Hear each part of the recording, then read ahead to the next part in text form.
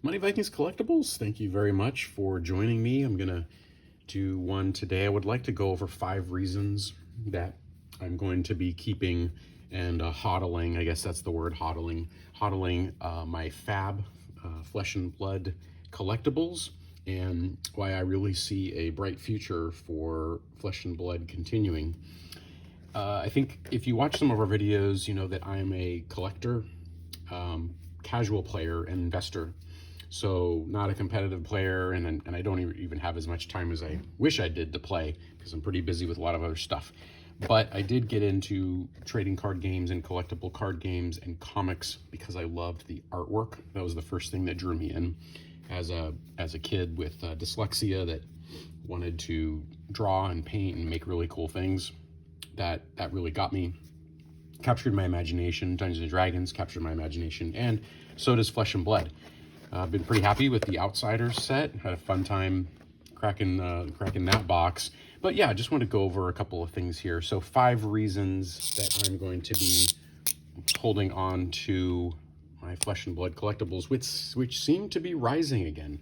Boxes of Welcome to Wraith Alpha, Arcane Rising Alpha, Crucible of War, etc. all seem to be going up in value as key collectible items. So I'm going to write here 5 reasons. 5 reasons I'm going to keep my Fab collectibles collection. Okay. Number 1, this is just something that I like about Fab in general, and I'm not one to compare really. Like, maybe we do need to get away from comparing. Like, we're always going back to like Magic. Oh, let's compare it to Magic. But you know, I like the steady pace, to keep it positive, the steady pace of product and the pacing of it. We're not clobbered over the head with a new this or that, like, you know, every month with, you know, an army of dollars and investment from Wall Street and shareholders, blah, blah, blah.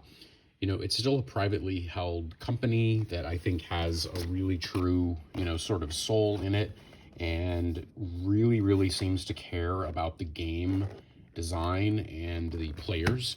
And so I think that's going to go a long way. It shows through.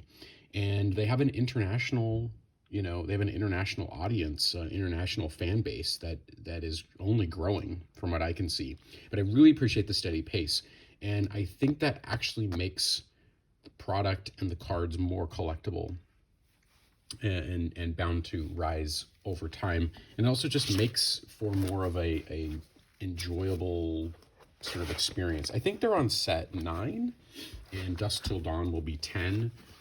This is some of my Uprising. I really did enjoy Uprising, actually. Tiger Stripe Shuko, Coronet Peak. I loved the Marvel Dragons.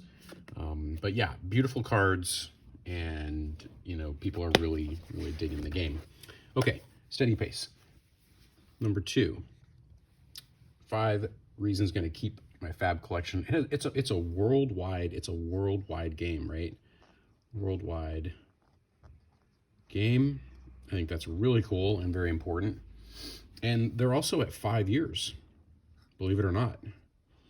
So coming up on 5 years, that's amazing. 5th year. That's a really big milestone, I would think.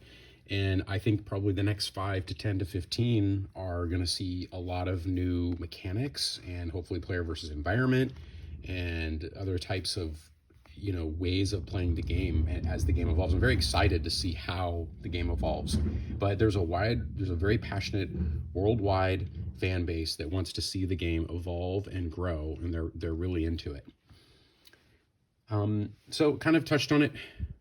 Future experimentation. So, you know, with a game and a product like this, let's see if I can spell right. Experimentation. Okay. With a product like this, only our imaginations, our human imaginations, are the boundaries. There are no boundaries. And that's what must be so exciting for the, you know, for White and the team over there, is that there's just no boundaries to how this game evolves, how the characters evolve, and just, you know, again, there's so much that can be done that's to be done, and I'm very excited to see how that plays out over the years.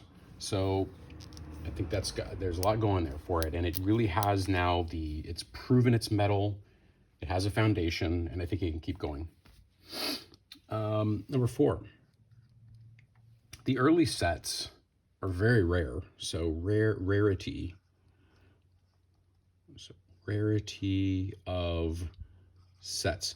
So the early sets like Welcome to Wraith, WTR, Arcane, etc. They are, you know, Crucible, of course, as well. Be Crucible. Okay. They are very rare. There's not a lot of product left in those alpha sets. So if you are a collector and you have some of those early cards, I mean, you've seen how iconic they are and how much people want them. They really want these trophies. I'm not showing you any here at the moment. These are Dynasty cards, but you know, you get the idea.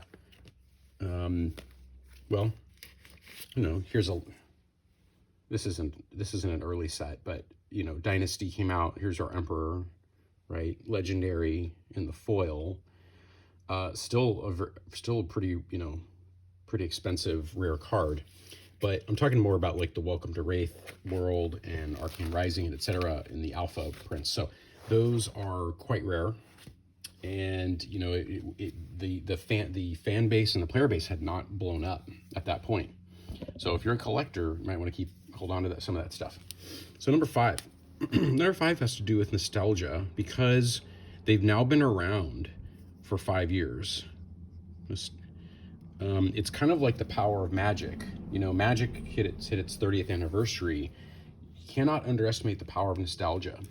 These games bring people something very important in life: joy. Okay, and when it brings someone joy in their mind, they remember that. And later in life, 5, 10, 15, 20 years later, things can change.